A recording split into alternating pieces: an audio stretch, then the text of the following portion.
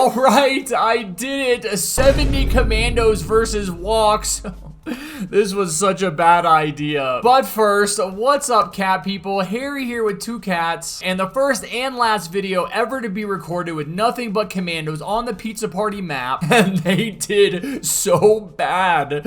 Here, let's take a look at the stats. The first problem is that this tower is $1,600 to place, and you get less than 4 DPS. So right out of the gate, it struggles to do any kind of damage at all. And then it's another $1,000, and you still barely go above a 4 DPS. Like, what's going on here? It isn't until you put in $4,600 that the commando gives you an 8 DPS. It was just so bad. It couldn't do anything at all to the zombies. It struggled the entire game. But before I move on, I want to stay here with the stats and compare it to some of the other towers that we've already done in this challenge, so you can kind of get a better idea of what we're working with here. The Golden Soldier will give you 19 DPS for $3,850. The Golden Cowboy is going to give you 13.8 DPS for $3,700. And the Militant will give you 21 DPS for $6,000. Let's stop right here for a second and note that for half the placement price of the Commando, you get basically the exact same DPS stat here from the Militant. And this exposes the problems with the Commando. You just can't place enough of them to do any kind of real damage because it's so friggin' expensive for such a small amount of DPS. I mean, heck, look at this. The Golden Scout gets 13 DPS for only $2,324. And so with the Commando, it's really only able to do any kind of substantial damage at max level, which costs a whopping $22,000 to get there. And just for one more comparison, the regular minigunner gets 69 DPS for only $17,000. So if you're like me, you're thinking, what's going on with these DPS and price stats? They make no sense. Even the jump from level 4 to level 5, more than doubling the damage per second. I mean, that in and of itself is not unusual. Lots of towers double their DPS between the like 4th and 5th levels. But it's the fact that it goes from doing hardly any damage at all to a lot. But even that 50 DPS is not worth 22,000. And to top off all of this, it doesn't have hidden detection. It doesn't have flying detection. So we've got to use gladiators in the beginning so we don't die before we can even start building our commando army. Oh, but wait, the scout on wave 10 is too strong, so we've got to have a minigunner in the back. Oh, but wait some more, because we've got to have minigunners in the back to kill the hiddens on wave 13. Oh, but wait some more, because then there's 2 scouts on wave 14, so we got to have even more minis in the back. And then there's a shotgunner on wave 22, which the commandos did pretty well against, actually. But then the flying children show up on wave 28, and we've got to have executioners for those. And even at that point, we're still struggling to get enough max level commandos to handle all of these strong enemies during late game. At that point, it felt like we were relying too much on other towers to call this a commandos only challenge. So we ended up doing the best we could with just commandos, and I'll let you watch this video all the way through to find out where we died at. But the good news is that we do come back with stronger towers to get down to just the Foxy Woxy, so that we can find out if the commandos are even strong enough to kill WOX by themselves on the final wave. Of course, we use the main supports of DJ, Commander, and Medic, with the DJ being able to boost the commando's high range. Oh yeah, that's one thing I didn't talk about. Let me show you the range stat here, because this is the only really good stat the commando has going for it, with a starting range of 12 and a max range of 22. So DJ is going to boost that even more, allowing the commandos to commit their pathetic attacks for even longer, with the DJ also making it cheaper to upgrade, but not by enough for it to really matter. The commander can buff the commando's guns, but I'm not sure if it's able to buff the rocket fire rate. I don't think it is. The TDS wiki didn't have info about this, so let's move on with the medic doing what the medic does best and unstunning our towers whenever we remember to use the ability. Overall, this was the most painful challenge I've ever done in my entire life, so I hope you all enjoy it, because it's gonna be a while before I ever set my eyes upon another commando tower. Now I want to give a shout out to my commanding teammates for this game: Toxic Newbie, Spy Daco 2, Nibdiot, and Ryan the Robloxian. And also a very special shout out to Festivus for letting me use his alt account with the commando on it. Appreciate it, buddy. All right, now sit back, relax, and grab a commando cat, and I'll see you right back here at the end.